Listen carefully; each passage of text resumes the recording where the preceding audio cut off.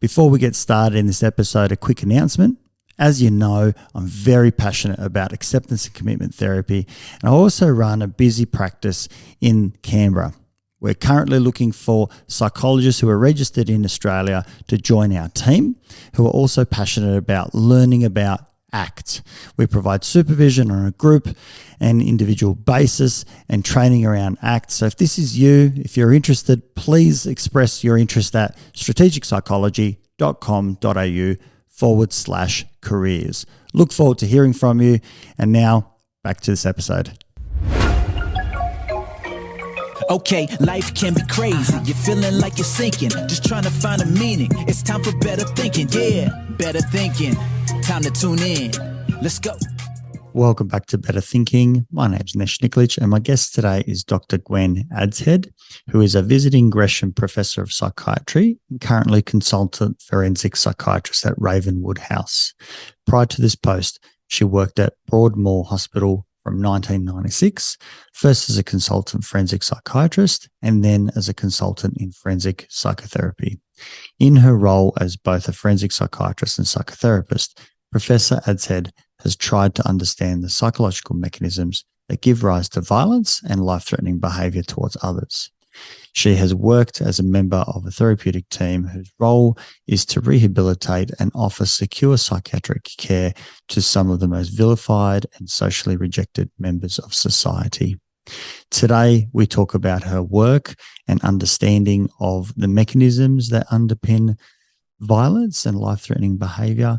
And I'm very proud to have her on this show today, as she has a very broad knowledge of what are the factors that play into violence, which I thought was refreshing and very nuanced. So please enjoy this episode, as I certainly found it to be enlightening and very useful to consider how violence can be viewed in a different way. Enjoy. Gwen, a big thank you for coming on to the show today. Oh, it's my pleasure, Nesh. Thank you so much for asking me. I'm excited to talk to you today about the wealth of knowledge that you have in this space around, the mechanisms that give rise to violence and life-threatening behaviour towards others. I know that this is something that you have spent, somewhat of an entire lifetime on, and it's really interesting to talk to someone, with your level of expertise, particularly because it's, I think, not an area certainly that I know very much about, and I think our listeners also get a lot out of this. So thanks for coming on. Oh, it is a field that people don't know much about, but I've certainly found that it's an area that most people have an interest in. And one of the things that I like about coming to do interviews like this is that I'm really interested in this topic, and I'm pretty confident that other people are also interested in it too. So it's nice to be able to share with interested people. Yeah, fantastic. And how did you get into this space? What brought you to looking at this topic? Well, I trained in psychiatry, so medical training first, and then in psychiatry. And I guess I was actually interested in law. I was quite interested in ethics and law applied to psychiatry because, of course, psychiatrists have legal powers over patients, which is, kind of awesome, really, that psychiatrists get to have those kind of powers. So I got quite interested in what happens in the law in the law that organizes psychiatrists and what psychiatrists can do, and this interface between law and psychiatry.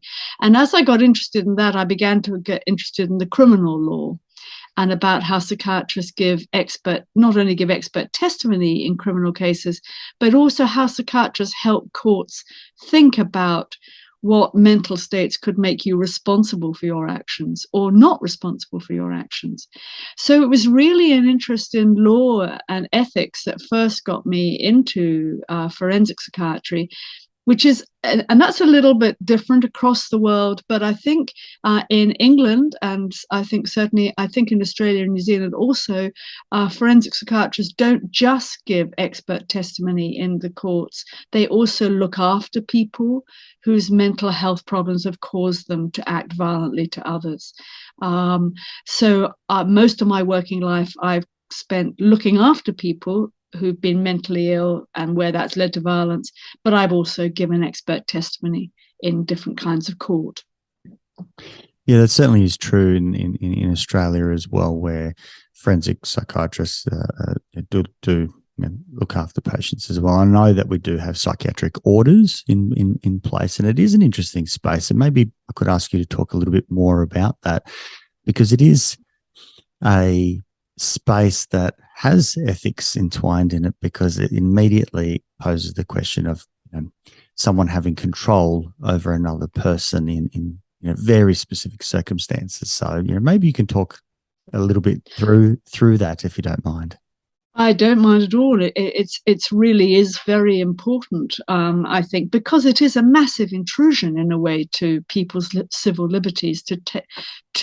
For a professional to be given the power to determine whether someone should be detained against their will. And I'm not familiar with all the state legislature in Australia, but I'm fairly confident that there's legislation that allows for involuntary treatment as well, which isn't the case in the States. In the States, you can be detained, but you can't always be involuntarily medicated. But certainly in the UK, we have law that allow us not only to detain people against their will, but also to medicate them against their will. And the justification for these things is exactly as you say. It's an ethical justification. The justification is, yes, we're going to take away somebody's liberty, but we're going to do that in order to improve their mental health and reduce their risk to self or other people. So those are the two main ethical justifications for doing something which is really pretty intrusive into civil liberties. And what's interesting is that across the world, most countries that have kind of organized social legislation do have some form of a legislature around this. There's few countries that don't have some way of acting where you think someone's mental state has robbed them of the capacity to make any decisions for themselves at all. So in a way that the ethical tension is about what do we do with someone who can't seem to take decisions for themselves at all? And then the second one is, what do we do when that state of mind means that they're a danger to themselves or other people? So that's where that kind of law comes in. And that's in the civil capacity. But in the criminal capacity, the kind of next step on from that, if you like, is, well, okay, here's somebody who did a terrible thing, but they were in a disturbed mental state at the time. How can we find out? Can we determine whether that mental state, did that mean that they didn't really intend to do the terrible thing they did?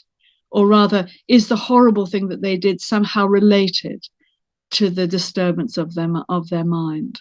And that's a very profound question also to answer. But again, even going back to Roman times, there's an understanding that a very few people, and it really is only a minority, but a very few people who are severely mentally ill will pose a risk of danger to others. And it's what should we do? What should a humane society do about such people? That's really what we're talking about ethically. There is a stigma out there, and I imagine it comes from a lack of understanding that people who are psychologically unwell, that, from a point of view or a layperson where you can observe them, for example, they might be talking out loud, talking to themselves, talking to people that we can't see, obviously from a hallucinatory point of view, we tend to fear that. We tend to feel that they are dangerous. Has that been your experience as well? Very much so. Oh, very much so.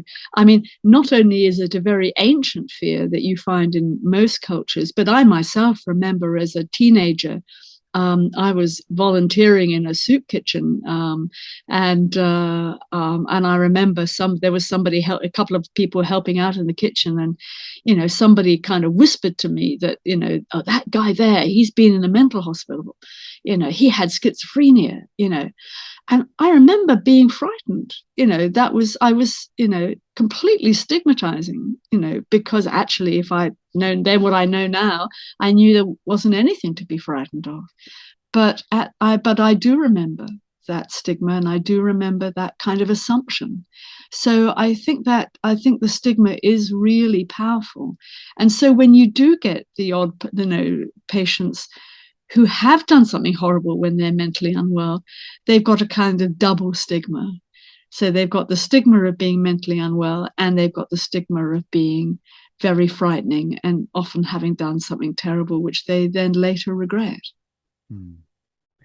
Is there any data that suggests there to be something there where, there's an increase in, aggression or violence or, violent acts that come from people who are, acutely unwell versus the general population? Because, we know that our prisons are full of people who, are in the general population who are, of reasonable mind, yet they've been violent and aggressive and done acts that are, illegal. This is a really complicated question, so I hope you don't mind if I speak at a little length in answering, because it's such an important question. And the really good news is that around the 1980s, people started to get really interested in this as a research question. So, and in the 1990s, the MacArthur Foundation in the States started up a big research project to look at violence rates amongst people who had a mental illness diagnosis. And at the same time, there began to be some good quality research looking at the mental health of prisoners to try and tease out what link there is between mental disorder and violence. And the good news is really that most people who have a mental disorder of any kind will never be violent to anyone else. And the risk, what risk there is risk to themselves of suicide. That's the take-home message. However, there are a small number of individuals where mental illness seems to increase their risk of violence.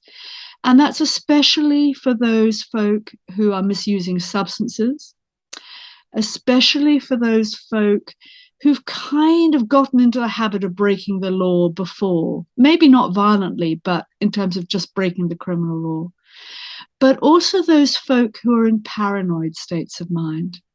So if you think about it, for a minute, it kind of makes sense that if you were already in a very frightened state of mind because you were paranoid, and you've been taking drugs that distort your reality, and you've kind of had a history of breaking rules before, that combination of those things might be much more likely to push you over the edge to do something violent. So what I learned from a wonderful colleague of mine at Broadmoor Hospital called Peter Aylward is that you could think about the risk factors for violence like a bicycle lock. And you've got to have 4 or 5 numbers all lined up before the lock opens and the violence erupts. And those first couple of numbers are so general as to be very unhelpful. So being young and male is a big risk factor for violence. So that's not very helpful when it comes to prediction, or assessment. But then if you start to look at substance misuse, that's a big risk factor for violence. Paranoid mental state, big risk factor for violence. There's increasing interest in exposure to childhood trauma as a risk factor for violence. But often the last number in the log is something that's very particular to the perpetrator. So the violence becomes a communication from them to the victim, a dreadful communication, one that the victim doesn't understand, nobody understands sometimes. But if we think about that, about violence as the result of a number of factors all being in place in the right time, and then one last number comes up that's rather peculiar to the perpetrator, that's a better way of thinking about it. And there's some very good data that's come out of research in Australia, in particular, some fantastic colleagues of mine in Sydney who've done some amazing research showing that most people with mental illness will never be violent. But where there is violence, it's often in people who've got an undetected mental illness.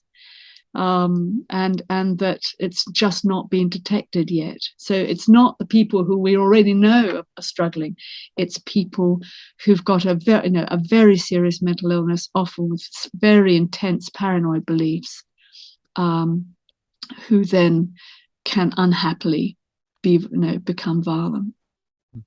I like that last aspect, which I think poses a question of function. The violence can be a form of communication to be understood, because it does raise the context around if someone were to be, for example, in a paranoid state of mind, the communication there in this theoretical example might be to protect oneself or to escape, to get away by the use of violence. And that potentially feeds into an earlier question that you raised, which was around intent, trying to understand someone's intent. And I like how that almost brings it around circular to understand, or at least to think about violence as a form of communication, that someone is trying to say something, communicate something in the best form that they have available at their time, or at least it can be explained potentially by understanding that. I think so. I certainly wish that I'd understood that much earlier on. And it really fits, that approach actually really fits with the data too that we have. So, for example, the UN Office for Drug Control published a report about 10 years ago about different kinds of homicide across the world.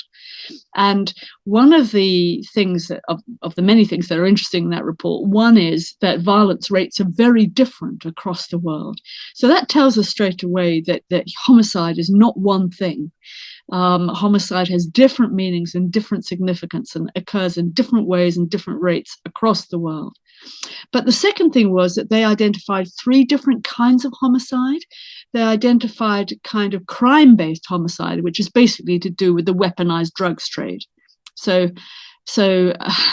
that's Mexico, Caracas, Belize, other bits of Venezuela, hugely high rates of homicide, which are all to do with the drugs trade.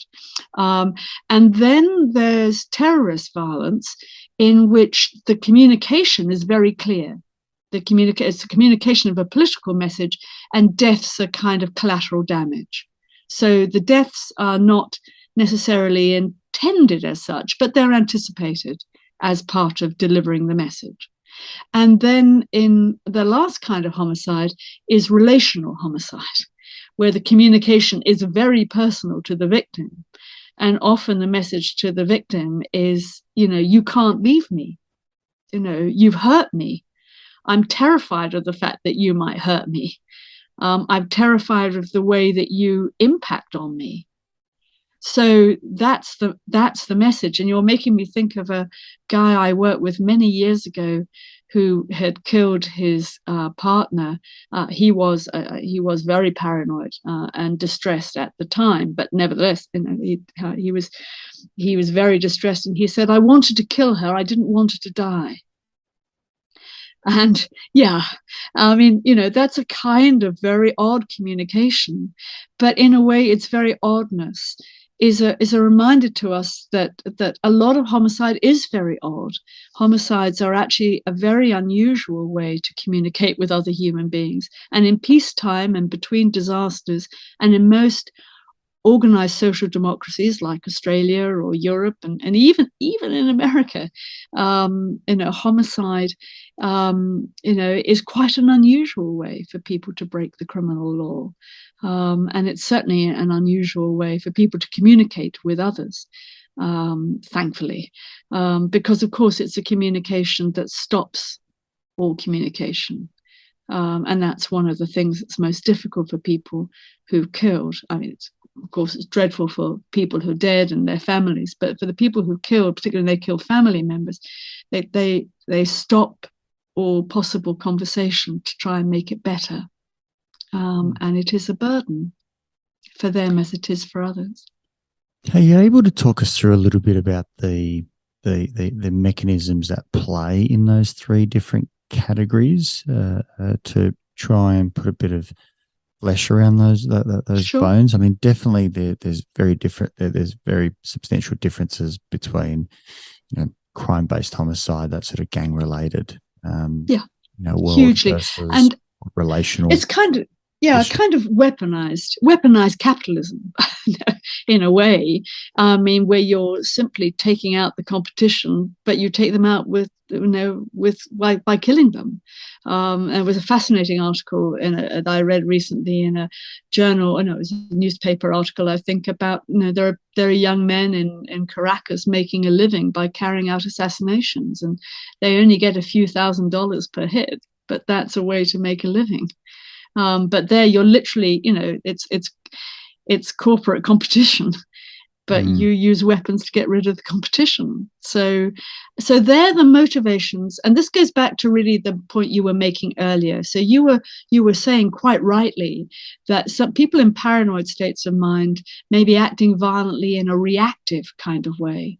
Whereas in crime-related violence, what we're talking about is proactive or instrumental violence. So there, the violence is really part of getting the job done, whatever the job is. So let's say you want to burgle a house, although violent burglary is quite unusual because that's a high cost for a burglar. But if we go back to the drugs-based crime and gang-based drugs crime, where you take out the competition, you're killing somebody really to further your business interests, and you kill off somebody who might be threatening your business interests, and it's kind of instrumental violence. It doesn't necessarily have anything very personal in it. And terrorist-related political terrorism is the same. No doubt there may be deep emotions, perhaps, that go with some of those terrorist beliefs. Hard to know, I think. Often such men and women don't live to tell the tale, but they may have deep emotions around their beliefs. But again, their violence is kind of instrumental. The killing is to get the message across, to make governments or other rival political parties take them seriously. But in relational violence, of course, I think, as you say, the message is very different. And the mechanism there is something, I think, that is highly individual. And that is about not being able to put your feelings into words.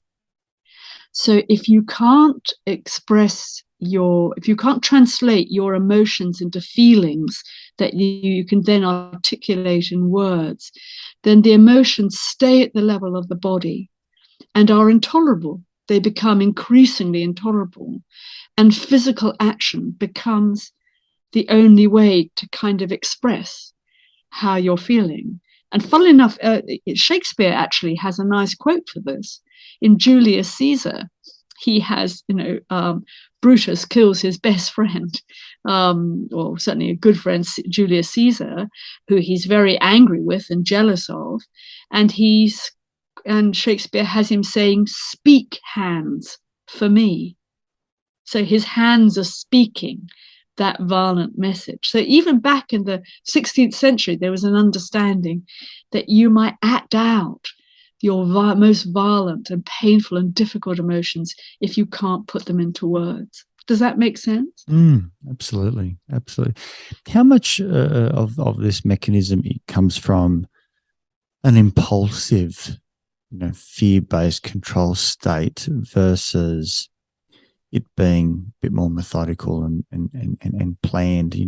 My nature that I'm kind of grappling as you're speaking in my mind sees both sides at play, but maybe more of an impulsive leaning in many of these acts of crime. But my other side kind of says, yeah, but some of these hits are very, and from a terrorist perspective, or crime based, some of it might need to be quite considered and thought out and planned about how to take out your competition, or the type of messaging and why you might kill in a particular way or in a particular region, or how many or why, or in reference to policies that you're not happy with. So is there any data or research around how impulsivity plays out versus a deliberate planned act? Yes, there's lots of research and thinking about this for exactly the reasons that you say, and I kind of think it may be helpful when we're thinking about this to think about violence, well, certainly as a complex phenomenon for a start, not as a simple thing. And I think that's one of the things that handicaps many of us when we're picking up our newspapers or on social media. We kind of read about violence, but the way that violence is depicted is not sufficiently complex and nuanced, because I think we should think about violence as operating in many dimensions. So we've already talked about whether it's proactive or reactive. We've talked about whether it's relational or not relational, whether it's related to a very particular organized motive, or whether it can be a kind of motive-less. The commonest kind of violence that most people find in most countries that keep that kind of data is drunken fights between young men. So certainly in England and Wales, the commonest kind of violent assault is carried out by drunken young men. And there, the violence is not remotely planned, but is often indeed impulsive. But there, the impulsivity may well be fueled by our two most popular drugs, alcohol and cocaine. So these are both drugs that are disinhibiting, and at least in the short term, and can give people a sort of sense of power and sort of, I don't know, that old idea of Dutch courage. So people can feel stimulated, but of course are poor reality testers in those states of mind. Amphetamines too, of course, very powerful drugs for stimulation, but also for inducing paranoia. Of course, if you use amphetamines chronically, you get paranoid. So that's a really bad combo. So you've got someone who's drunk, taking cocaine and taking amphetamines. You've got somebody who's just, seriously risky to be around, even though they haven't planned it at all. You say the wrong thing to them, and boom, that might be the last number in the box in the lock for them. But there are other kinds of impulsivity, and that I think too, and I'm thinking here about the literature on shame, and about shame-based violence, and that people, and again, this is particularly the case for men, I think for young men, particularly those who may be deprived in other ways, who've had difficult childhoods, and young men who lack father figures, a lot of interest in the absence of positive masculine role models, where to be shamed is or dishonored in some way, to lose your immediate status in the eyes of others, is to generate a kind of overwhelming sense of vulnerability and shame that can drive a violent act in order to right the sense of strength. So the violence comes quite swiftly without much thought in order to make the perpetrator feel strong and safe again.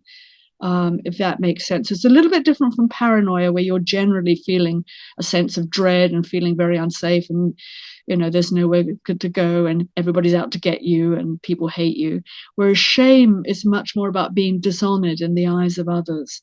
And Professor Jim Gilligan in the States has written some very interesting work about how, for some men, impulsive acts of serious violence are a response to feeling ashamed, and they kind of right themselves internally by carrying out that act. Mm. Just picking up on that, my mind's moved from sort of an immediate shame and, you know, a defense against that might be violence. Is there any link where someone might have a chronic sense of shame where the violence becomes inwardly uh, targeted, and there's self-violence, you know, the sort of self-harm or, you know, suicidality side of things? Absolutely. I think that, and this is what's so interesting about the data on adverse childhood experiences that's been growing over the last 20 years. And I think we're all very grateful to the Felitti group for getting this research going, because those of us who are interested, those of us who come from a kind of psychodynamic background have always, you know, it's most of us have wondered about the role of early childhood experience on the way you see the world and personalities and so forth, personality development. But what Felitti's group and all the subsequent studies on adverse childhood experience since have done is to provide us with some really good quality data that shows that the more exposure to childhood adversity you have, and also the absence of protective factors, the more likely you are perhaps to develop a sense of self, Nesh. I wonder if that sense of self, as well as a sense of self-esteem, a sense of way of seeing yourself, your representation of yourself, if you like, or even the story of yourself, that then is full of chronic shame and pain, psychological pain. I sometimes think we don't take the experience of pain. We don't think about psychological pain the way we think about physical pain. But of course, if you were exposed to physical abuse and neglect, or just verbal hostility from parents, you can grow up with a absolutely chronic sense of being unvalued, unloved, as though you don't matter or you don't exist. And then you wonder how much the violence comes to fill in the gap where self should be, that here at last I have some kind of identity. And not only do I have an identity, but it is one that it's recognized from others, which is being a violent person. That's the kind of trope, a kind of story, particularly for young men, that's kind of recognizable, that you can fit into. And there might even be places where that would be valued. I for a while, I used to work in a trauma clinic, and we saw quite a few young men in after military trauma. And I was very struck by the fact that many of these young men had come from quite deprived backgrounds, not dissimilar to my prison men. But they had decided to funnel their anger and their sense of a lack of belonging into something functional, which was the military. And so long as they got good care in the military and good support and good teaching, they could actually channel all that hostility and potential for violence into something useful. It almost feels like there is that link where, in the context of childhood, you know, whether it's neglect, abuse, trauma, that to cope in that environment, you need to find, you know, a means of being self-reliant, and, you know, and maintaining control is one of those things. And, you know, that means not necessarily listening to adults, but determining your own behaviors. And that's maybe where that link of people who've had a history of, you know, unlawful acts might be more prone to violence, is that has been a mechanism early in life to keep them safe, but they've taken that into adulthood. And so, you know, it ends up being a characteristic or a feature that the person identifies with. It becomes, you know, somewhat of their personality. And, you know, it sounds like we've both certainly met those who have been in the, you know, jail, you know, incarceration system, who they proudly identify with those traits, and that's probably what keeps them safe in their environment, which is going to be around other people who are also violent and other people who are also, you know, unlawful. somewhere they can belong. I mean, what's so interesting about the antisocial state of mind and the antisocial space is that there is a tension between being so antisocial that not even the other antisocial people will have you, versus and having enough pro-social behavior to be part of the antisocial outgroup and to belong to that. And of course, this is the substance of many great stories about organized crime, where you have to be pro-social enough to keep the rules of the organized crime group that you belong to. And I mean, what you said there, Nesh, is so important, and it reminds me of the research that there has been about insecure attachment, and especially about avoidant kind of attachment, where indeed there's an emphasis on strength and normality, but especially not being vulnerable and kind of denigrating being vulnerable. Yes. So if you've grown up unable to feel safe when you were vulnerable, unable to reach out for care when you were feeling vulnerable, then you could actually generate a story for yourself in which, well, I'm never going to feel vulnerable. That's just not going to happen. I'm not going to do vulnerability ever. And actually, I'm going to denigrate my own vulnerability and other people's. And anytime I do feel vulnerable, I'm going to take action swiftly to make sure that that situation ends in whatever way is necessary. And I think what's fascinating for me about that is there are two related things here that we might be interested to talk about. I mean, one is there is a paper from 2014, which is a kind of meta-analysis, which showed by a person called Ogilvy, which showed that insecure attachment is a risk factor for violence. It's only one of many, going back to our bicycle lock analogy. It's only one. It's not, it's not a determinant of violence, but insecure attachment is a risk factor combined with other ones. But the other thing is coming back to this thing about masculinity, because, there's nowhere in the world where perpetrators of violence are not overwhelmingly male. Nowhere in the world. There are always some female perpetrators, always, and they're very like the men in many ways, but they're far fewer in number, and that is, of course, an extremely interesting question to which needs a Nobel Prize winning answer. And you won't be hearing that from me today, I promise you. But one of the things that must be in the mix is about the kinds of masculinity that are on offer to young men, particularly abused and neglected and lonely young men. And if what's on offer is a kind of masculinity which is strong, denigrating of vulnerability, shameless in its cruelty, then that might feel kind of empowering, especially if there are other people doing the same thing. So you've got a group to belong to. And I wonder whether there's a kind of terrible appeal about, for example, some kinds of gangs for some of our more lonely, insecure young men. And of course, if your financial prospects are not great, then organized crime might seem very attractive, or might seem the only way. It is quite sad because you do see in that space how power is, abused by one member of a gang against other members of the gang, where they're quite happy to put the younger members in the firing line to do their dirty work while they protect themselves. And I know that in my clinical work, some clients that I've worked with who are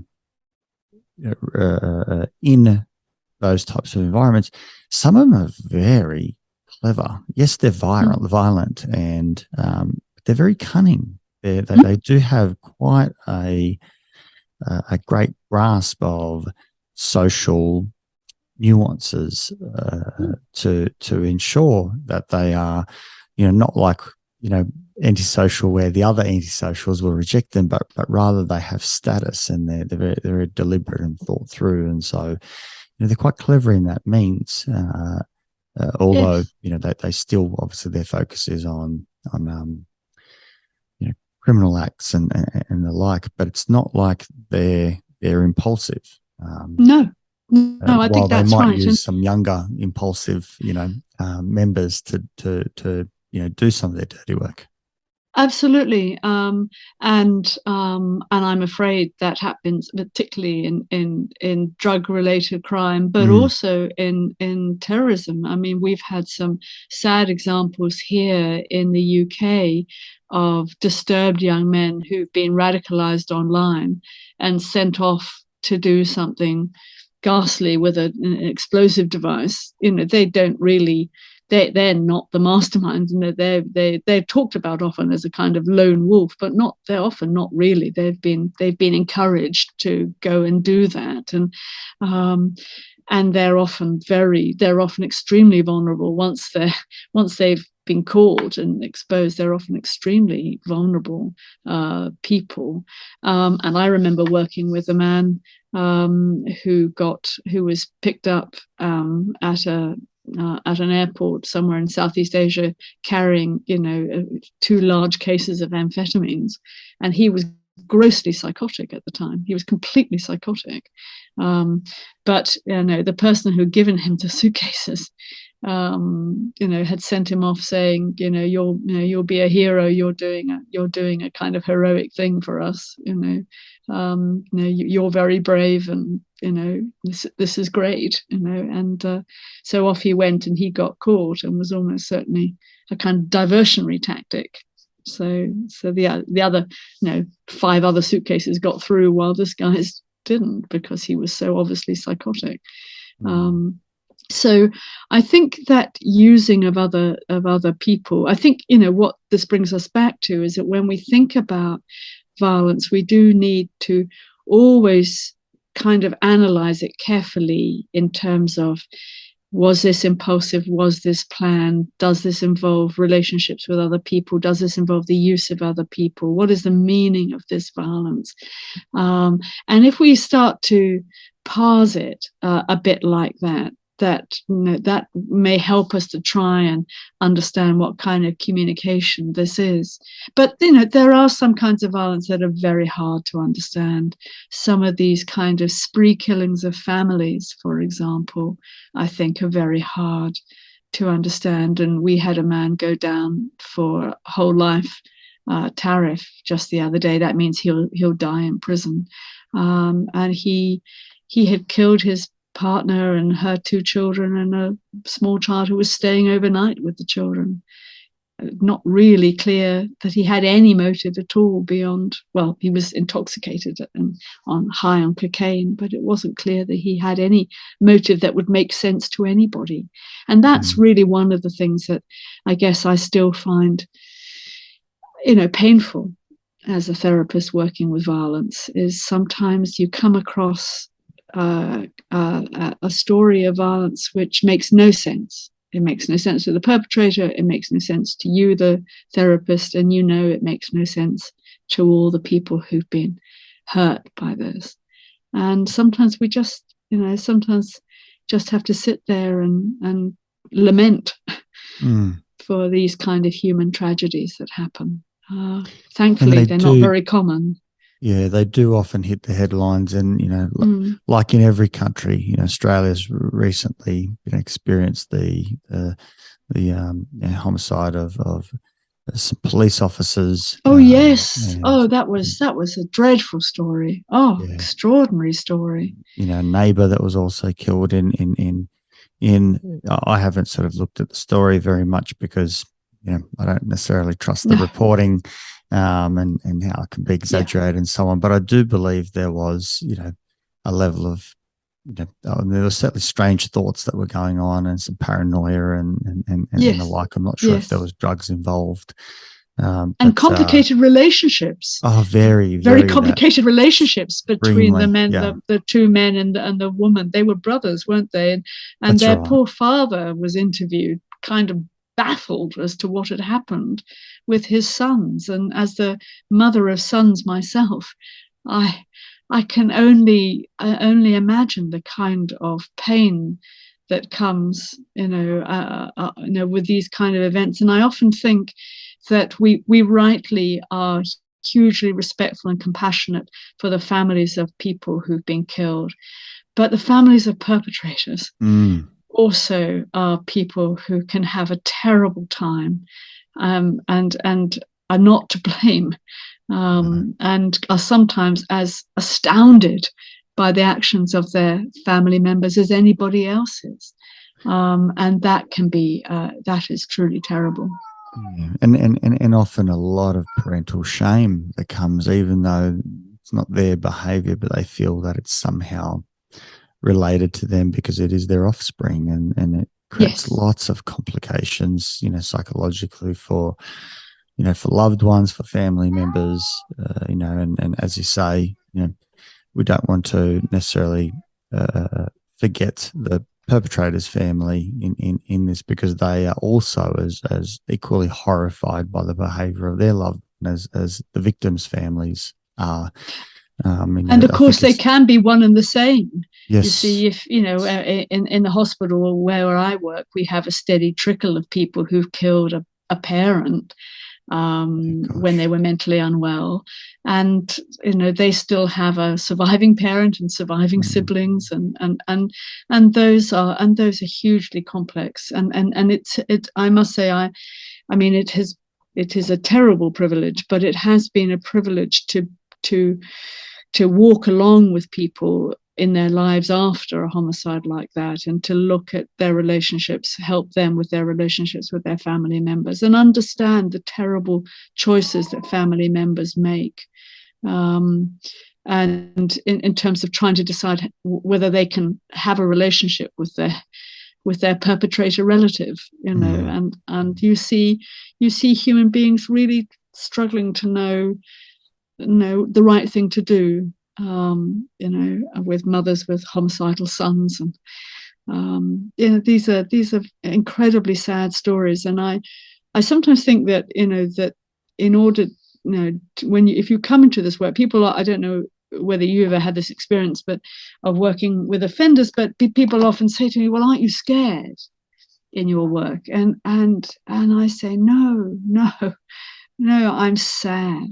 It's I see the tragedies of the human condition here, the most tragic stories, and so it's it's the maximum security hospital where I work is a sad place, and a lot of sadness for things that you can't change back. You can't change into something good, but there's but it is also a place where we try and maintain hope as best we can.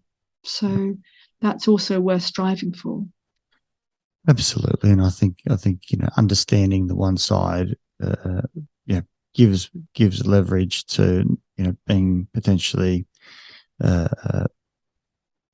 furthering from just understanding, to be compassionate and caring to all parties that end up being involved, whether it's the victims that obviously we can easily associate with, and maybe even to the other side of those that are affected because they are the perpetrators or the families of perpetrators. But Gwen, I wanted to follow up with some questions around knowing the research in terms of what some of the mechanisms are for violence.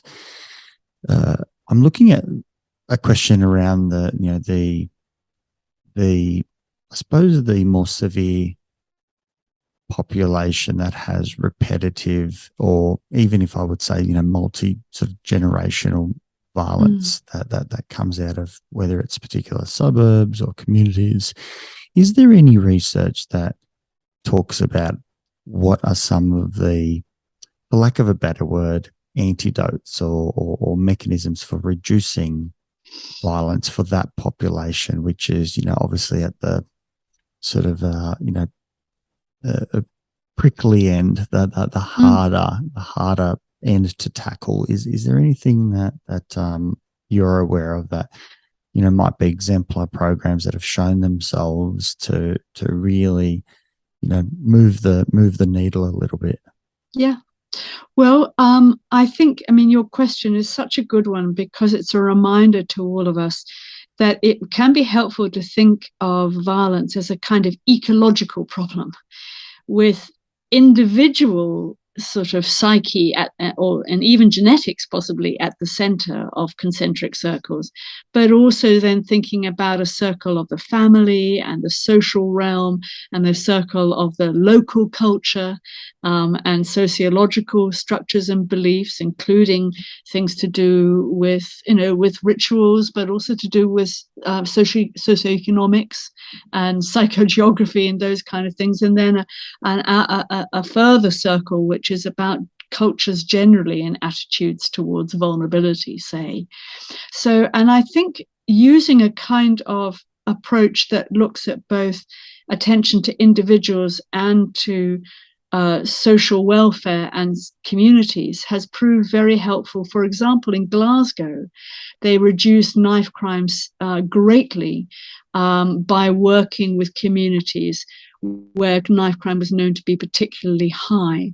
And they took that advice from working with similar work that had been done in Chicago, based on sociological studies of the meaning of violence.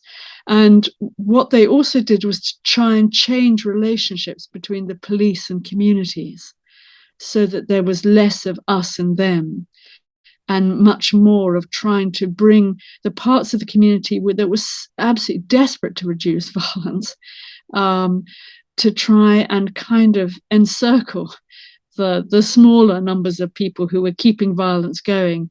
And there you were trying to understand the meaning of the violence, trying to do something about helping young people move away from substance misuse, and trying to sort of help young people to move away from group activities that focus on hurting people or breaking the law to groups that foster some other kind of activities. So sports is the obvious one, but also creativity, arts, occupations, some kind of useful occupation where you could feel valuable. So what you need, what seems to work best is a kind of mixture of individual and community initiatives working together, being respectful of in both individual choices and responsibility, but also respectful of the fact that that cultures and social beliefs and structures can have a huge impact on violence. So I think those kind of figure ground approaches are helpful. The other, two other things that are maybe helpful to think about here too. One is some places, again, Chicago for one, have, and the WHO have also suggested this, that we should think about violence as a public health problem. Stop thinking of it simply in terms of law and order and clamping down hard on those who break the law, but instead think of it as a public health phenomenon which involves a number of different factors. And by focusing on those different factors, we might be able to do more about reducing violence. But pretty much anywhere you go, you'll find that doing something about substance misuse is pretty important, and doing something about young men, helping young men desist from violence, because the data on young men suggests that a significant proportion of young men in their late teens will act violently, but the majority of them will desist, and leaving only a minority to persist. So now what we want to do is understand what's going on for the desisters as well as what's going on for the persisters. So what makes those desisters give it up? And often it's about finding another group to join and another way to be, another way to channel, and look after that sense of shame, or look after that sense of loneliness is perhaps another way to connect. And then finally, and this is kind of the ultra move, is better maternal mental health care, parental mental health care, because becoming a parent a tough gig, and we know that of the 10 or 12 adverse childhood experiences that we know are risky for kids' mental health, at least 5 of them are to do with parents.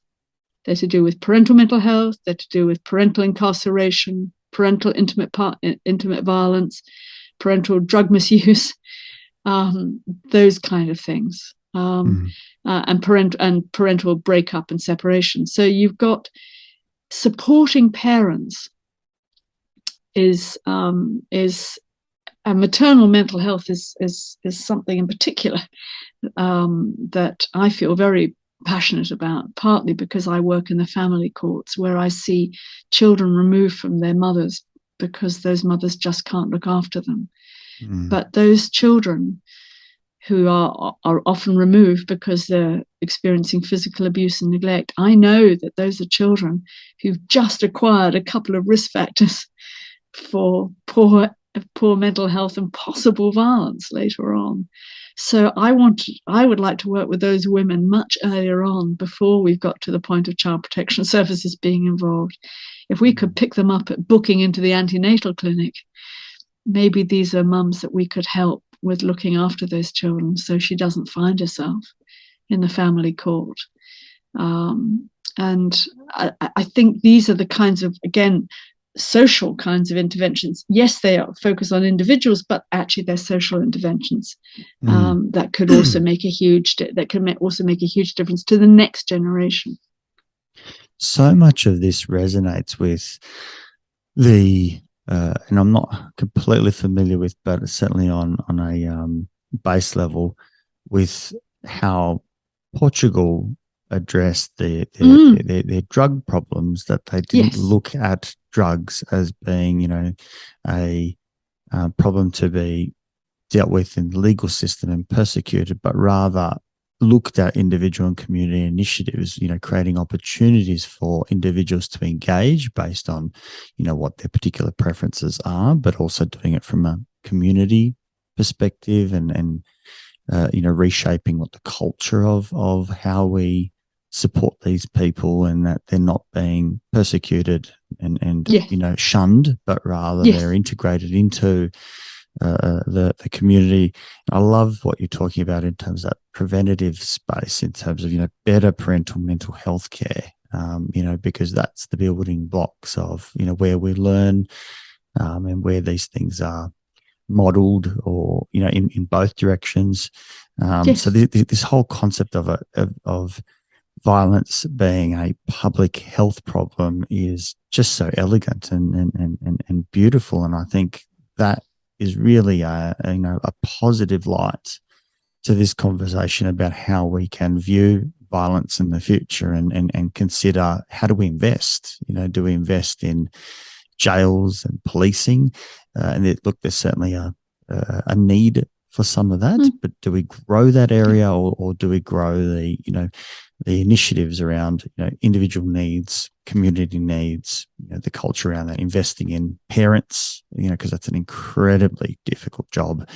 In the best of times, it's an incredibly difficult job, let alone if you've got severe mental health problems yourself. So I think some really pointed areas that you've highlighted there.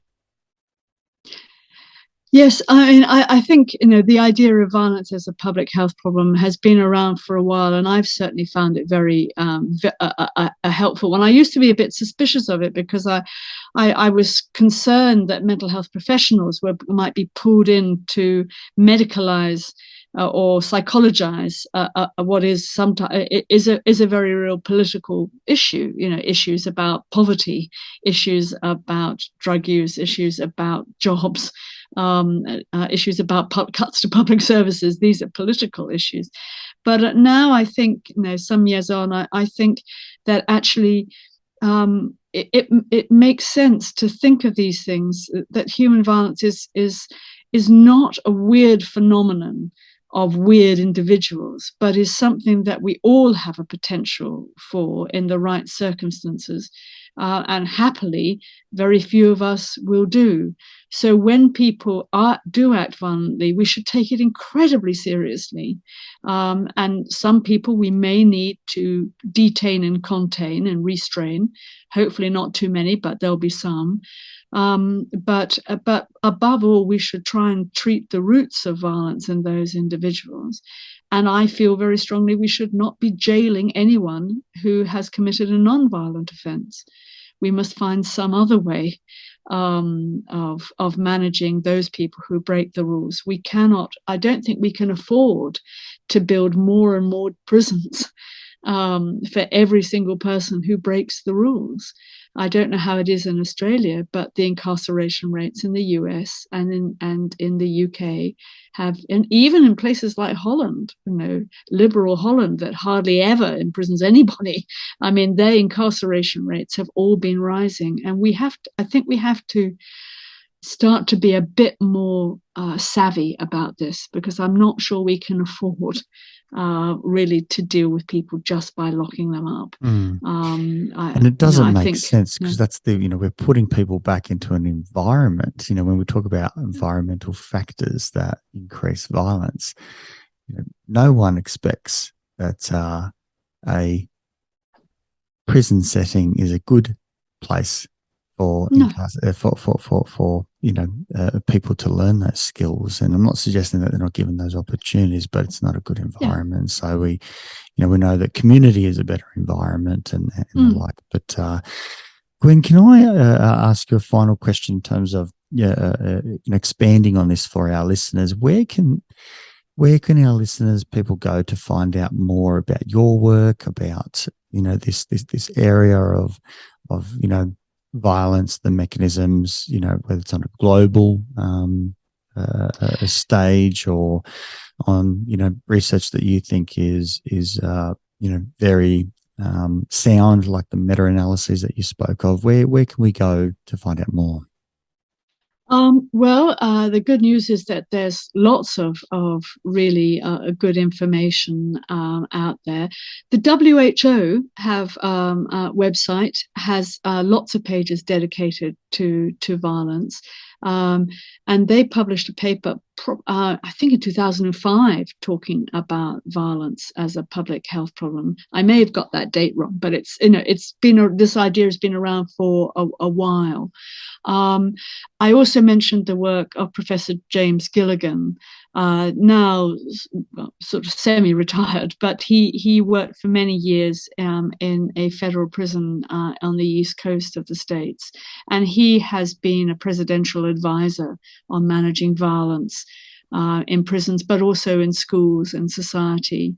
And he wrote an extremely interesting book called Why Some Politicians Are More Dangerous Than Others, which charts how homicide and suicide rates rise and fall according to the political color of the government. And under right-wing governments, they tend to go up, and under left-leaning governments, they tend to go down. And you find something interesting. There's similar data in Europe, although it's buffered because of so much of Europe has social welfare programs that the states don't have, and of course they don't have access to guns. So it's complicated. But I think there have been some very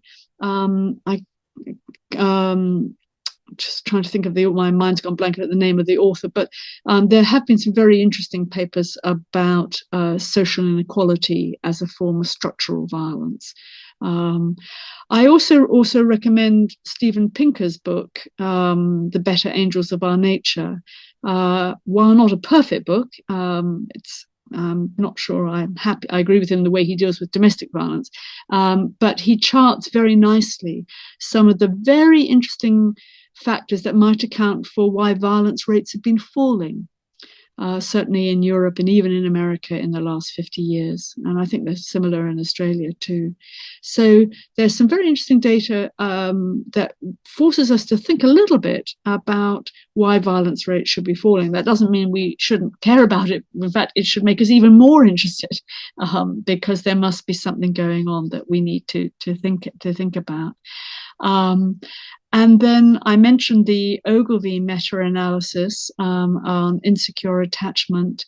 And there are some good books about disorganized attachment. And in fact, there's a very interesting group of people headed up by a developmental psychologist, professor of psychology, called Carlin Lyons Ruth, Lyons -Ruth.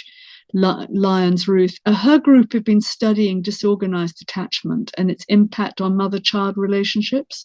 Now, that might sound quite a world away from violence, but there's an increasing concern, I think, that the disorganized attachment looks like the kind of state of mind which is the kind of state of mind that might be associated with violence. And her work has actually been used in a couple of very poignant but very rich studies done by Italian colleagues about filicide by women and about disorganized attachment. So really, and then I go back to I mentioned the UNODC. Their reports on violence are very helpful. If you're nerdy like I am, there'll be national stats on crime, and they're well worth reading. I mean, maybe it's really nerdy, but I think this crime stats are really interesting. And most of the people who put the crime stats together are also very interesting, and they often produce really good reports. I'd be amazed if you don't have similar data in Canberra. And for a kind of narrativized story version of what we've been talking about, I published a book last year called The Devil You Know, which is really an invitation to people to come and have a look at the work of a therapist with violence perpetrators. And these are stories based on people I've met, written with my good friend Eileen Horn. This is a book which is a set of case stories, an invitation to come and look and think about violence in a slightly different way. It's not a work of research, but it may be it may be of interest to people who are interested in violence from a slightly different perspective. I'm sure it'll be a great book to read for our listeners. And what I think is so refreshing and why I respect you so much is what you've just described in the readings to take forward and to consider is so broad. There's so many factors at play, whether we're talking about social policies, whether we're talking about, attachment in childhood, whether it's, political leanings of government, whether it's, social inequalities, understanding crime stats. There's so many variables and factors to consider, and hence why this concept of this is a health problem, not a easily simplified problem that should be considered with great nuance and consideration and thought about, whether it's for policymakers or whether it's for clinicians, for health workers, for mums and dads, and how we set up our environments for our children. So big and an immense and heartfelt thank you for shining such a beautiful light on this topic. I've certainly learnt a lot, and it's broadened my viewpoint. I thought I had a little bit of an understanding in working as a psychologist, but I think what you've described is really refreshing. Where this is only the start of a conversation and needs to be thought through as you've given your entire life to.